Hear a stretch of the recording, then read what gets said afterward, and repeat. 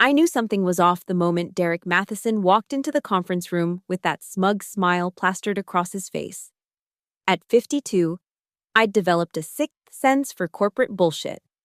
And that day, my radar was blaring like a five-alarm fire.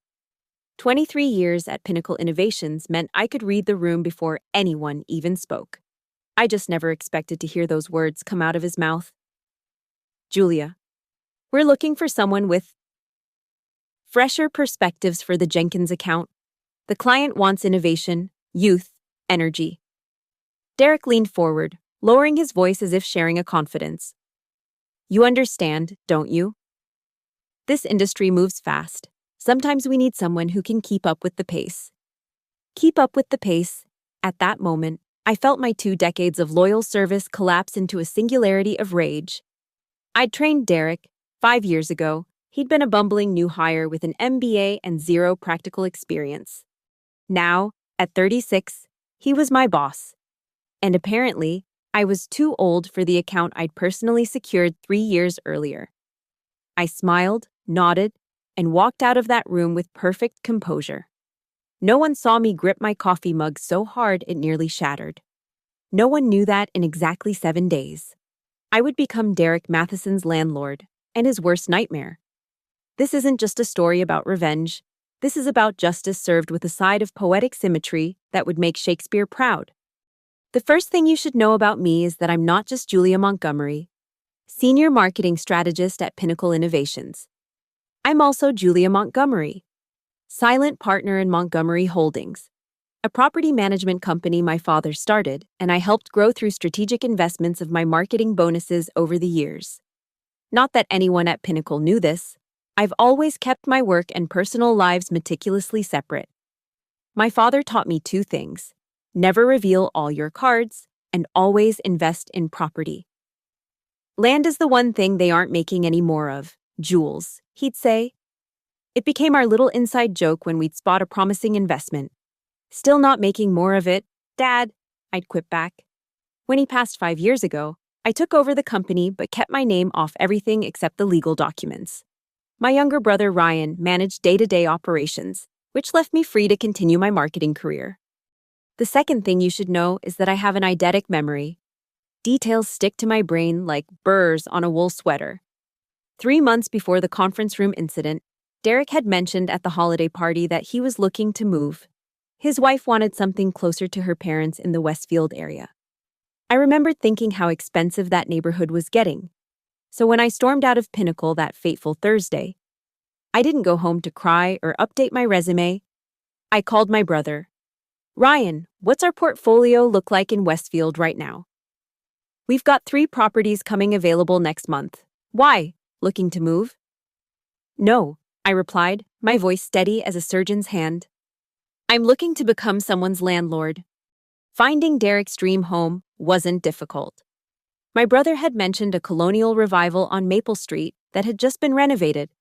4 bedrooms, 3 baths, walking distance to the park and the good school district. I asked around casually at work. Stephanie in accounting lived in Westfield and knew the real estate market well. Oh, there's a gorgeous place on Maple that just went up, she gushed when I mentioned my fictional cousin was house hunting. I think the Mathesons are putting in an offer. Derek hasn't stopped talking about it. That evening, I drove by the house. It was exactly what a family like the Mathesons would want. Picture perfect with a white picket fence and enough space for their 2 children. Through Montgomery Holdings, I called the seller's agent and made an all-cash offer 15% above asking price, with a contingency that the property would be managed through our company. Money talks. By Monday, we had a deal. On Tuesday, I found out from office gossip that Derek's offer had been rejected. He was devastated. His wife had already mentally moved in. On Wednesday, Ryan called to tell me the property was officially ours. On Thursday, exactly 1 week after I'd been deemed too old for the Jenkins account, Montgomery Holdings put the house on the rental market. On Friday, Derek practically skipped into the office. We got the house, he announced to anyone who would listen. The seller took another offer, but the new owner is willing to rent to us with an option to buy in a few years.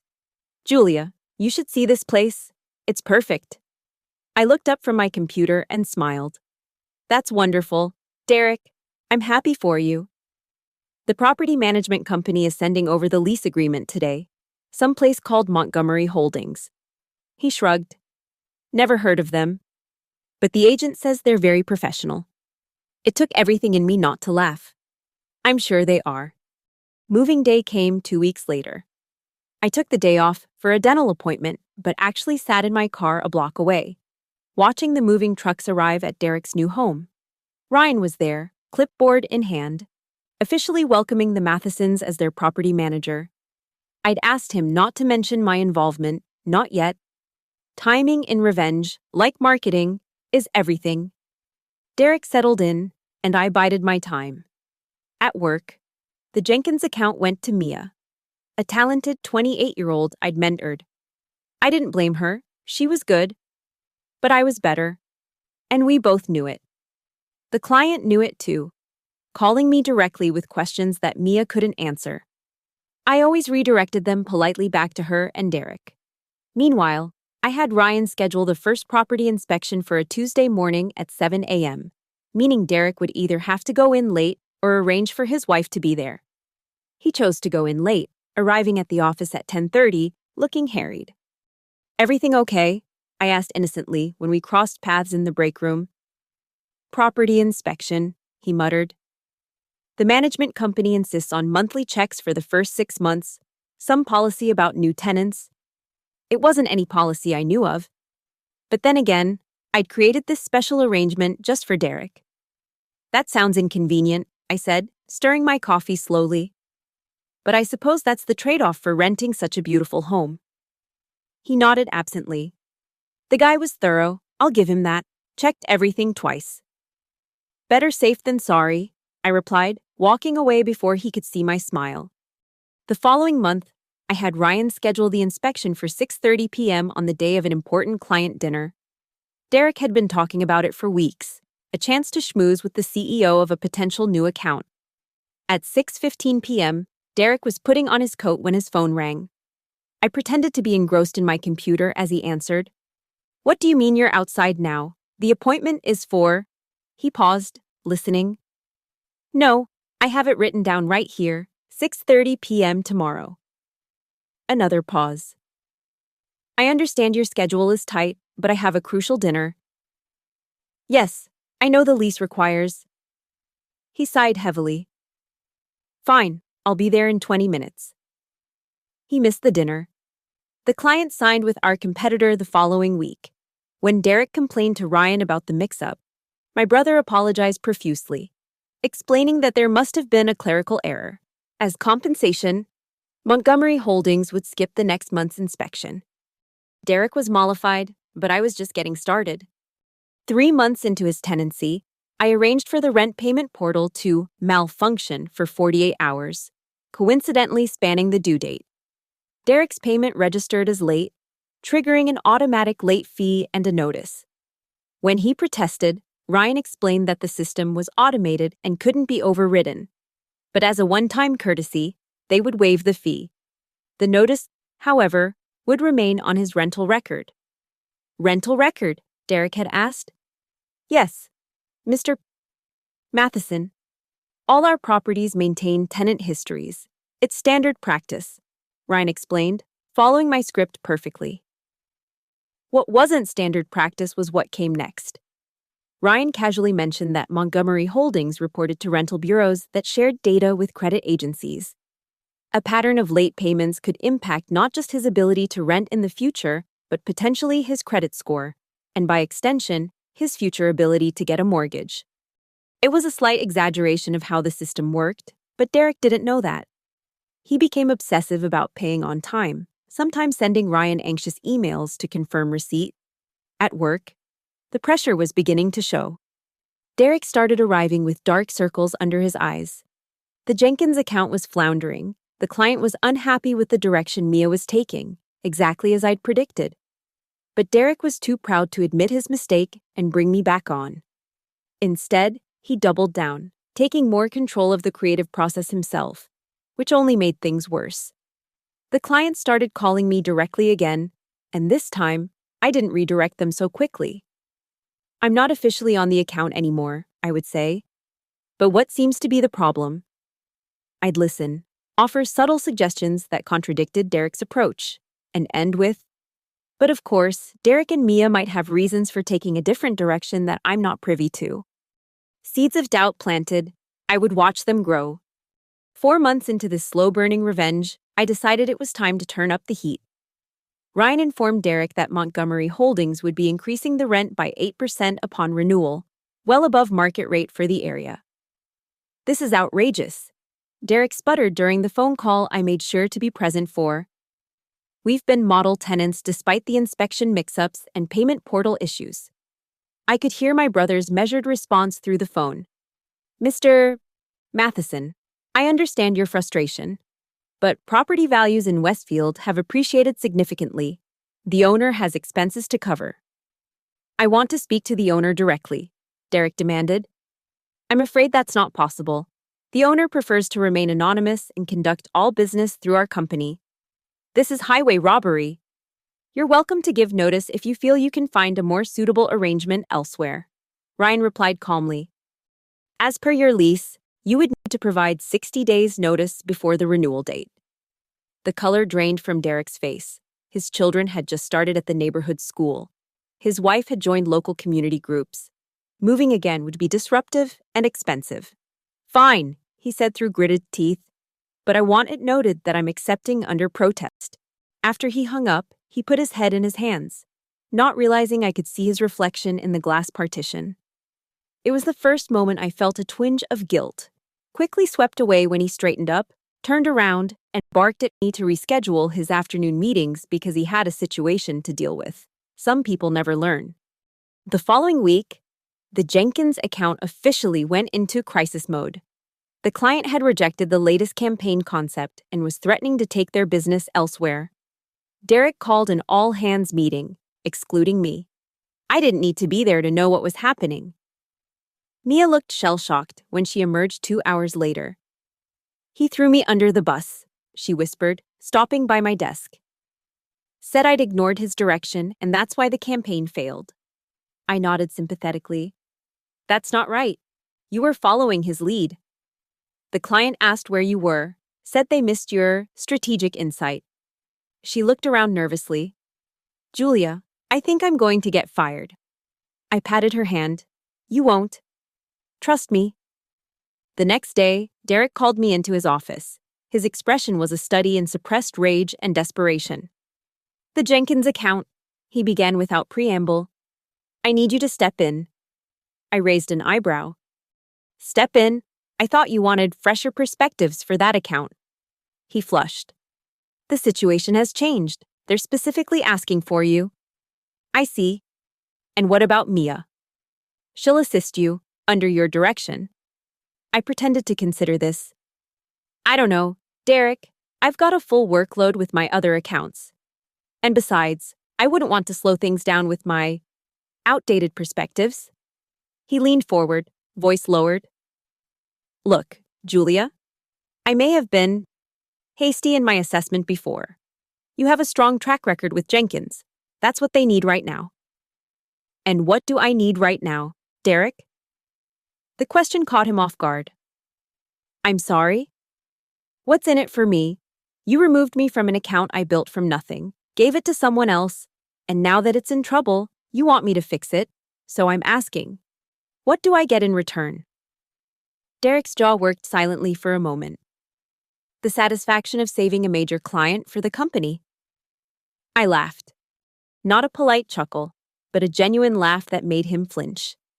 Let me be clear, I said, all pretense of deference gone. I'll take back the Jenkins account on 2 conditions.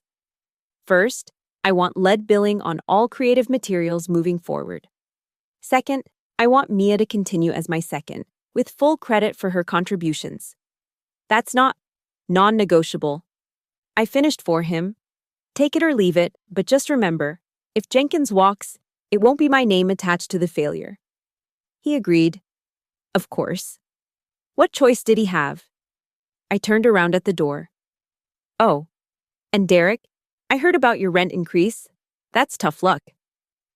The look of confusion on his face was priceless. He hadn't mentioned the increase to anyone at work. The Jenkins campaign I developed over the next 3 weeks was some of my best work. Not because I was trying to prove Derek wrong, though that was certainly a factor, but because I genuinely loved the challenge. The client was ecstatic, sales projections doubled, the creative team was reinvigorated. Derek took credit with upper management. Of course, I let him. My revenge wasn't about professional recognition, it was far more personal than that. 6 months into Derek's tenancy, I had Ryan inform him that the property needed extensive repairs that would require the family to vacate for 2 weeks. The timing, coincidentally, aligned perfectly with his children's spring break and a planned family vacation to visit his wife's parents. "Can't this wait until we're back?" he asked Ryan desperately. "I'm afraid not, Mr. Matheson. The plumbing issue could lead to significant water damage if not addressed immediately. The owner has authorized us to cover 2 weeks of hotel accommodation within a reasonable budget." Hotel accommodation for a family of 4? Do you have any idea how expensive that would be in this area? "We have negotiated rates with the Westfield Inn," Ryan replied smoothly. "It's not the Ritz, but it has a continental breakfast." The Westfield Inn was a notoriously outdated motel on the highway. The continental breakfast was rumored to consist of stale bagels and watery coffee. Derek exploded. "This is ridiculous. First the random inspections, then the payment portal glitch. Now this. I want to speak to the owner. I demand it." Ryan paused, and I knew he was following our prearranged script. "Mr. Matheson, I understand your frustration. Let me speak with the owner and see if an exception can be made." The next day, Ryan called Derek back. "Good news, Mr. Matheson. The owner has agreed to meet with you to discuss your concerns. Would tomorrow evening at 7 p.m. work for you? At the property, of course." Derek agreed immediately. I chose my outfit carefully for the big reveal. A tailored charcoal suit that exuded authority, red silk blouse for a touch of power, and my most uncomfortable stilettos because sometimes suffering for impact is worth it. I arrived 10 minutes early and had Ryan let me in the back door. At precisely 7 p.m. The doorbell rang. Ryan answered, ushering Derek into his own living room where I sat in what I knew to be his favorite armchair. The look on his face as recognition dawned was everything I had hoped for: confusion, disbelief, and then horrified understanding. "Julia," he managed, looking between Ryan and me. "What are you doing here?" I smiled, the kind of smile a cat might give a cornered mouse. "Hello. Derek, I believe you wanted to speak with the owner of this property." I gestured to the space around us. "Well, here I am." He collapsed onto the sofa, mouth working silently. "I should introduce you properly," I continued. "Derek, this is my brother Ryan Montgomery, the property manager you've been dealing with. Ryan, this is Derek Matheson, my boss at Pinnacle Innovations, the one who thought I was too old for the Jenkins account." Ryan extended his hand with mock politeness. "Pleasure to finally meet you face to face, Mr. Matheson. I've heard so much about you." Derek ignored the outstretched hand, his face flushing with anger. This is harassment. It's unprofessional. It's perfectly legal." I finished for him. "Montgomery Holdings is a legitimate property management company. We purchased this house fair and square.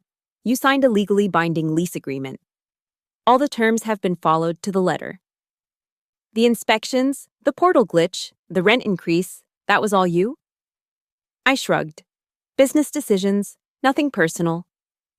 I paused, letting the irony sink in. "Well, maybe a little personal." He stood up suddenly. "I'll report you to HR. This is a conflict of interest." "Is it?" "My property management business has nothing to do with Pinnacle. I've never mentioned it at work or used company resources for it. But please, go ahead and report me. I'm sure upper management would be very interested to hear how you removed me from the Jenkins account because of my age, which, by the way, is textbook age discrimination." The blood drained from his face as he realized the corner he'd backed himself into. "Now," I continued, standing to assert my position, "let's discuss your living situation. The good news is, there are no urgent plumbing repairs needed. Relief flickered across his features. The bad news is, I've decided to sell the property.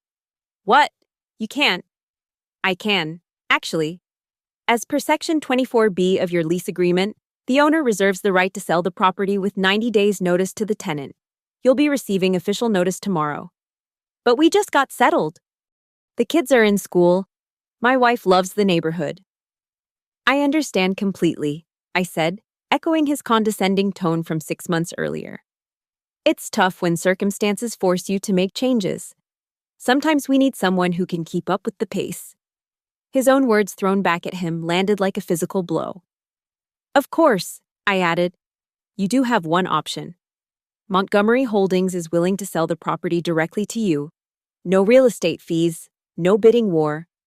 Hope sparked in his eyes. At what price? 20% above market value. That's extortion. I stood up, smoothing my suit. That's business, Derek. Nothing personal. I nodded to Ryan, who handed Derek a folder. Here's the offer. You have 1 week to decide before we list it publicly. I imagine there will be significant interest. It's a very desirable property. As I walked to the door, Derek called after me. Why go through all this? Why not just confront me directly about the Jenkins account? I turned, meeting his gaze steadily. Would it have made a difference? Would you have admitted your mistake, apologized, and restored me to the account? His silence was answer enough. That's what I thought. See you at work tomorrow, Derek. The aftermath was both more and less dramatic than I'd anticipated. Derek didn't report me to HR, but he did buy the house, at 15% above market value. A compromise Ryan and I had planned for all along. The final sale price netted Montgomery Holdings a tidy 23% return on our 6-month investment. At work, Derek avoided me like I carried a contagious disease. The Jenkins account flourished under my leadership, with Mia growing into a formidable strategist in her own right. 3 months after our confrontation, Derek requested a transfer to the Seattle office, citing family reasons. The day before he left, he stopped by my desk, looking uncomfortable. I owe you an apology, he said stiffly. What I did with the Jenkins account was wrong. I looked up at him, surprised by this unexpected moment of self-awareness. Yes, it was. I was threatened by you, he admitted.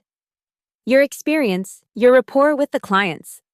It was easier to dismiss you as outdated than to acknowledge that I might never be as good as you are. That couldn't have been easy to say. He shrugged. Easier than paying 20% above market value for a house. Despite everything, I laughed. 15%. We negotiated, remember? A ghost of a smile crossed his face. Still hurts. It was supposed to, I replied honestly. That was the point? He nodded, accepting this. For what it's worth, I learned something from all this. Besides not to cross your senior colleagues. Besides that, he agreed. I learned that experience actually does count for something. That fresh perspectives aren't always better than seasoned judgment. That's a valuable lesson. He extended his hand. No hard feelings? I considered this for a moment, then shook his hand firmly. Let's say fewer hard feelings. After he left, I found a small envelope on my desk with a handwritten note. The best revenge isn't just getting even, it's moving forward stronger. Good luck with Jenkins. They're lucky to have you. Derek. Inside was a printout of an email. He'd recommended me for promotion to Executive Strategy Director before his departure. I leaned back in my chair, a complex mix of emotions washing over me. The revenge had been sweet, certainly.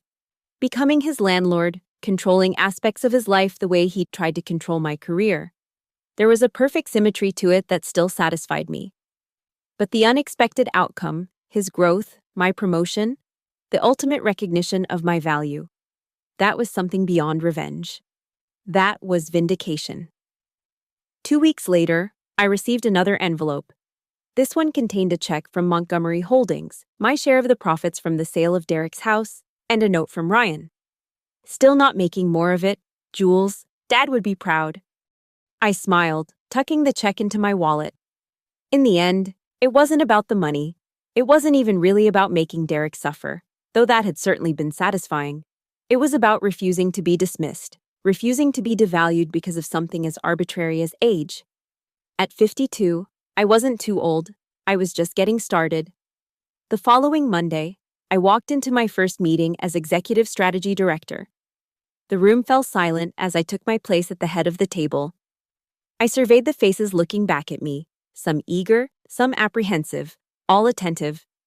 "Good morning," I said, setting down my portfolio. "Let's talk about experience, innovation, and how the two aren't mutually exclusive." A young woman in the back, probably no more than 25, raised her hand tentatively. "Ms. Montgomery, I just wanted to say I'm excited to learn from you. Your work on the Jenkins revival campaign was brilliant." I smiled. "Thank you. And please, call me Julia." As the meeting progressed, I caught a glimpse of my reflection in the glass wall. Confident, commanding, completely in my element. Derek had called me too old. I had proven him wrong not just through revenge, but through excellence. Sometimes the best revenge isn't what you do to someone else. It's who you become in spite of them.